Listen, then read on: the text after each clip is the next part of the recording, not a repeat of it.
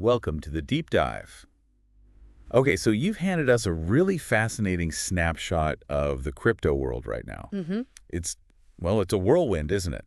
Political moves, regulatory stuff, market surges, some pretty ambitious tech plays happening. Absolutely. It feels very dynamic. Yeah, so think of this as your personal guided tour through all that noise. Yeah. We're here to help figure out what the heck is actually important. Right. Cutting through the clutter. Exactly.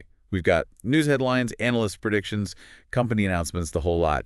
And our mission today, pretty simple, really. Okay. They're going to unpack it all, try to figure out the key forces shaping crypto based on, what you sent over, and just nail down what you need to know. Sounds good. And what really jumps out, I think, from this collection is just how interconnected everything feels. Yeah, that's a good way to put it. It's like watching this complex machine, You tweak one little thing over here, maybe a political announcement, and suddenly ripples go right across the system. Affecting prices, Yeah. tech development, everything. Exactly. You've got these different threads, government actions, investor confidence, the tech itself constantly evolving, all woven together. It's not just one big story. No, definitely not. It's a bunch of related narratives, really. And hopefully we can help follow those key storylines today. Okay, let's do it. Let's unpack this, maybe starting with the name that keeps cropping up.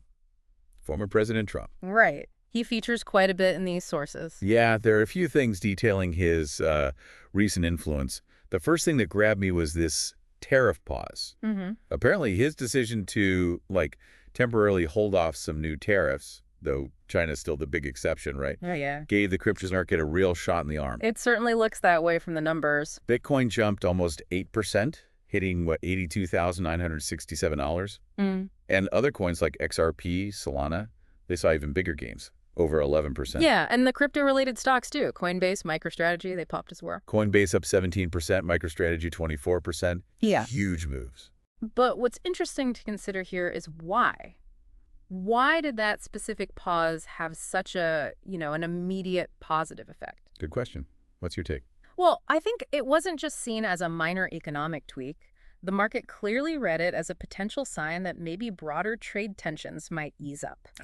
Reducing that overall economic uncertainty. Exactly. And when there's less uncertainty globally, investors often feel a bit more comfortable taking on riskier assets, and crypto definitely falls into that category. Makes sense. But there's a big asterisk here. Like you said, those China tariffs are still significant. One analyst mentioned 145%. That's massive. Wow. So yeah, this initial jump in enthusiasm, it might be temporary if those underlying trade issues don't get resolved. Right, something to watch. And it wasn't just tariffs either. Trump also signed a bill reversing a Biden-era crypto tax rule aimed at DeFi platforms, apparently. Yeah, that's another significant piece. Sounds like a pretty big win for the decentralized finance world, doesn't it? It is. I mean, for the DeFi space, it's a notable development. That previous IRS rule was trying to apply, traditional finance regulations designed for centralized exchanges onto these decentralized platforms. Like the square peg in a round hole analogy. Kind of, yeah. That was the challenge they were facing. So reversing it is seen as a move that could really encourage more innovation and growth in DeFi. And we saw the effect immediately. You saw that Bitcoin price pop, right? That's the market basically signaling, okay, we like this lighter regulatory touch. There's always a but, isn't there? Well, yeah, it brings up a crucial question. How will the IRS effectively track and tax crypto holdings within these decentralized setups now? Good point. Tricky. So while it's a win in one sense, it absolutely sets the stage for, future discussions, potential regulatory tug-of-wars down the line. Interesting. And speaking of regulation and enforcement, looks like the Department of Justice is also tweaking its approach. That's right. They're reportedly dismantling their National Cryptocurrency Enforcement Team, the NCET, and shifting resources. Why? Well, the stated reason is to put a greater focus on, let's say, direct crypto-related crimes, as opposed to maybe broader fraud cases that just happen to touch on crypto. Okay. What's your read on that?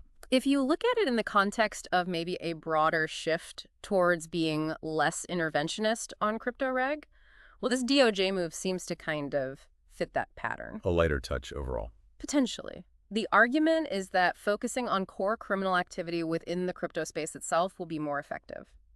Target the bad actors using crypto directly. Makes sense on what level? But the critical perspective to consider is whether scaling back a dedicated team like that could inadvertently, lead to a rise in scams, weaker protections for consumers. A Wild West argument. Exactly. You think back to the early internet, tons of innovation, but also a lot of unregulated stuff happening.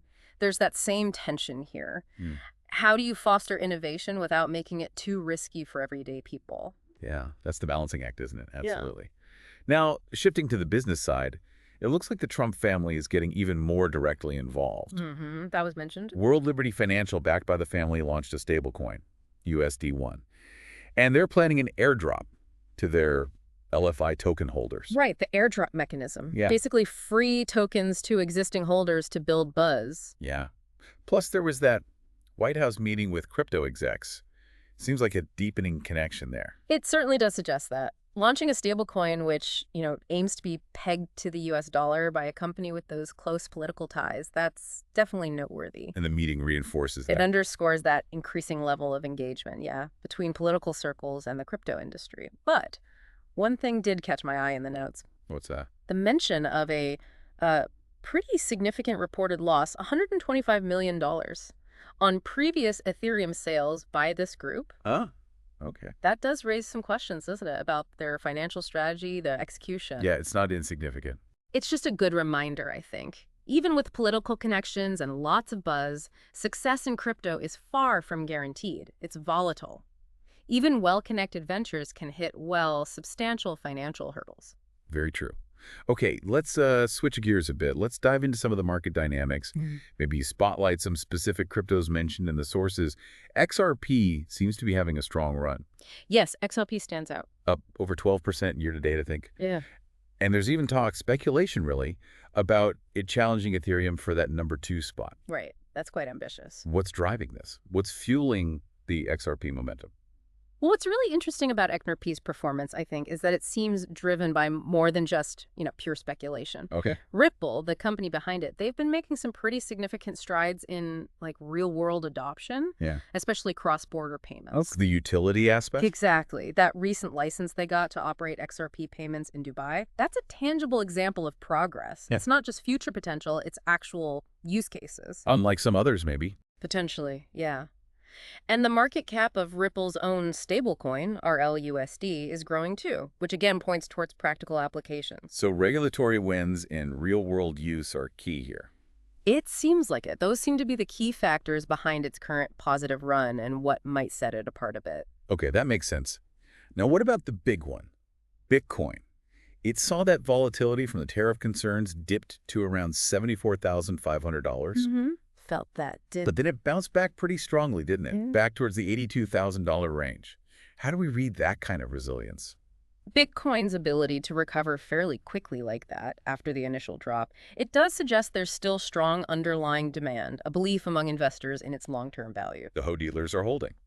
Well, yeah, and the fact that the whales, those large holders of Bitcoin, apparently remained active during that sell-off, according to the sources, Right. that suggests they saw those dips as buying opportunities. It reinforces their long-term conviction, The store value narrative holding up. To some extent, yeah. We often hear Bitcoin compared to gold, that sort of thing. And this resilience seems to support that narrative. But Always a bet. the sources also give a good reality check. While Bitcoin is maturing, it's still definitely operating within the larger global economy. It's still susceptible to macro stuff like trade disputes. So not totally decoupled yet. Not entirely, no. Not yet. And those trade disputes are definitely casting a shadow.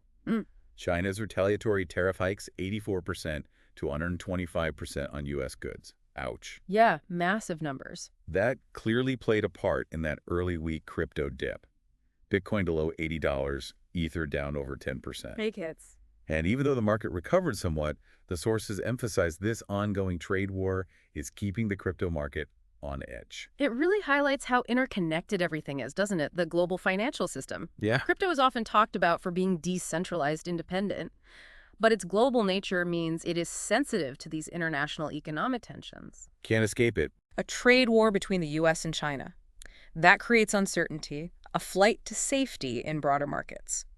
And crypto, despite its unique aspects, isn't immune to that kind of risk aversion. Like the source said, no real winners in those fights. Exactly. Losses all around, potentially. Okay, let's zoom out a bit then. Look at some broader trends, maybe the future outlook based on our sources. MicroStrategy now just strategy. That's right. Change the name. They've piled up a staggering amount of Bitcoin, over 500,000 coins. Wow. It's an incredible number. But they also reported some pretty significant unrealized losses for Q1 2025.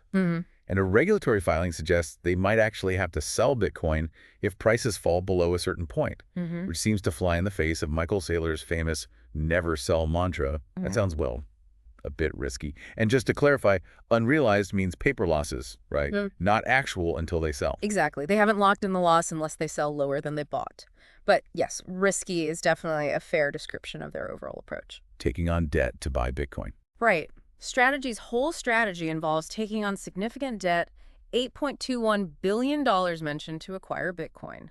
It's a highly leveraged bet on Bitcoin's price continuing to go up. So those unrealized losses matter. They do, even on paper. And that regulatory filing about potentially needing to sell, that really exposes a vulnerability in their position, doesn't it? Yeah, it suggests reality bites, even with strong public statements. Precisely. It shows that even with pronouncements like never sell, there are underlying financial realities, risk management concerns. If Bitcoin did fall sharply, A forced sale of that much Bitcoin could impact the market. it could have wider ripple effects, absolutely. It's just a stark reminder. High leverage in a volatile asset class like crypto. It's a double-edged sword. Big potential upside, big potential downside. Definitely. Okay, switching gears completely now. This was fascinating. Pakistan reportedly exploring Bitcoin mining using surplus electricity. Yeah, that's a really interesting one. And maybe even setting up AI data centers alongside it. For a country not typically seen as a huge mining player, that's, well, it's significant. It is really significant, and it could have some interesting long-term implications for the Bitcoin network itself. How so? Well, if a country like Pakistan, potentially with access to cheap surplus energy, gets seriously into Bitcoin mining, it could lead to further decentralization of the network's hash rate. The total computing power mining Bitcoin. Exactly. And a more geographically diverse hash rate generally makes the network more resilient, less dependent on any single region. Plus, it links crypto to energy policy. Absolutely. It highlights this growing intersection. Countries with lots of underused energy might see Bitcoin mining as a way to, monetize that surplus. Energy politics, as the source puts it, will likely become increasingly important in the global crypto picture. Fascinating. Okay, finally, we have a pretty bold prediction. Charles Hoskinson, founder of Cardano. Ah, yes, Hoskinson. Never shy with predictions. He's suggesting Bitcoin could hit, wait for it, $250,000 by 2025. Wow, okay. Yeah. That's optimistic. Very. His reasoning includes more adoption, clearer stablecoin laws, new regulations like the Digital Asset Market Structure Act. Yeah. And he also expects the big tech companies, the Magnificent Seven, to adopt stablecoins. Well, it's certainly a very bullish forecast. Hoskinson's prediction really hangs on a whole bunch of positive things happening together across crypto. A perfect storm in a good way. Kind of. Widespread adoption, both retail and institutional. That's key. Clear, supportive regulations, especially for stablecoins. Crucial. The success of new laws like that Digital Asset Market Structure Act. Also vital. And the big tech adoption piece. That's a big one, too. Yeah. If major tech players really embrace stablecoins, that could massively accelerate mainstream adoption, integrate crypto into everyday finance. It's still a prediction. Absolutely. It's important to remember that. These are projections in a market famous for its volatility, its unpredictability. The factors he mentions are definitely plausible growth catalysts. But there are also countless potential headwinds, unexpected events that could easily change Bitcoin's path. Good dose of realism there. So as we sort of wrap up this deep dive into crypto right now, it's clear we're looking at a really dynamic, really interconnected space. Yeah, that's the main takeaway for me. We've seen how politics and regulations can just slam into the market, sometimes immediately. Huge impacts. The volatility is still just inherent, isn't it? Absolutely. It defines the space still. We see different cryptos have different drivers, different paths to adoption. Yeah, not all monolithic. And there's always this potential for both, amazing innovation and considerable risk. That tension is always there. And when you put all those pieces together, you just get this picture of a market that's still very much evolving. Still figuring itself out. Yeah. It's not in isolation. It's tied into global economics, politics, the tech development itself. Understanding those connections is just, well, it's crucial if you're trying to navigate this whole complex landscape. Right. Which brings us back to you, listening. Considering all these rapid shifts, all these interconnected forces we've talked about today, What single aspect of this evolving crypto world do you think will ultimately have the biggest, the most profound impact on its long-term future? Good question to ponder. Is it the regulations finally getting sorted? Is it some technological breakthrough? Or maybe it's those bigger global political and economic influences? Something to think about. We definitely encourage you to keep exploring the bits that caught your interest today. Yeah, keep digging. Thanks for joining us on the Deep Dive.